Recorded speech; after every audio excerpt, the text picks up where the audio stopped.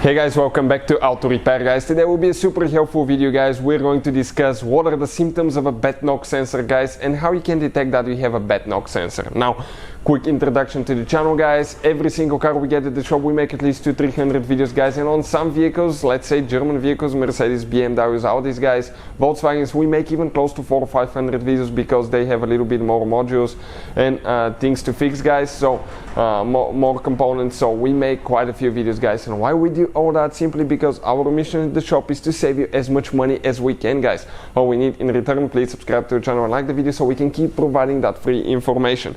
Now, if you guys need to buy knock sensors, replacement parts or tools, we're going to share the links in the description of the video below for your convenience, so please guys check it out. Specifically guys, here we have a BMW that we're going to demonstrate on, but doesn't matter what car it is guys, the symptoms of a bad knock sensor will be almost the same. Now, if you have a 4-cylinder engine guys, 4-cylinder engine, most likely you will have 1 or 2 knock sensors guys. If you have 6-cylinder engine, doesn't matter if it's inline 6-cylinder engine or V6, most likely you will have 2 sensors. For V8 engines you may have between 2 and 4 knock sensors. It really depends on how complicated the engine is guys.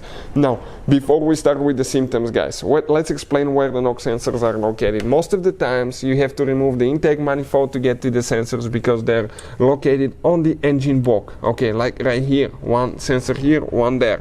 One is for bank 1, bank 2. Okay, one controls the first half of the engine, the second one controls the second half of the engine. Now, you can see intake manifold had to be removed. Every time you remove intake manifold, replace the gaskets guys that contacts the cylinder head because you can develop a leak, so you can see where we get ours from in the description of the video below. That being said guys, what the knock sensor does, okay, it detects for early detonations. Okay, what I'm talking about, when your engine runs guys, okay, it mixes air and fuel, doesn't matter if it's gasoline or diesel guys, okay, it mixes it, it compresses it, and there is a specific time when the spark plug should activate, okay, and ignite that fuel. If it's too early, it's going to cause engine knock. That engine knock guys, okay, it's supposed to be fixed by the knock sensor. The knock sensor will tell the car computer, okay, we have early detonation, let's fix that.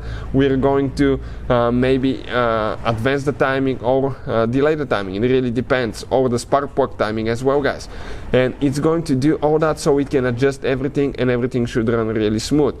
Now, why it's so important? Because if you don't fix that, you can cause quite a bit of damage. You may end up needing a new engine. You may burn through the valves. You may, guys, cause damage to catalytic converter. You may cause damage to piston rings. So that's, guys, expensive to fix in some cases.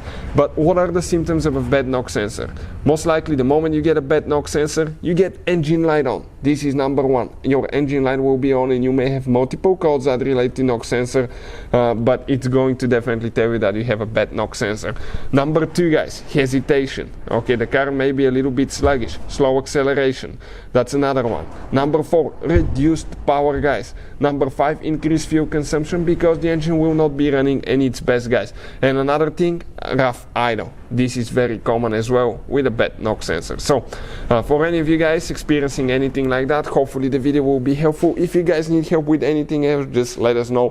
Hopefully guys the video will be helpful. Thank you for watching guys. If you have any suggestions, recommendations, leave a comment below guys. That's why we're making this video, because we're trying to answer your requests guys and save you as much money as we can guys by teaching you how to fix your car on your own and understand how your car works. So thank you for the support, thank you for watching us guys, and see you guys until next time.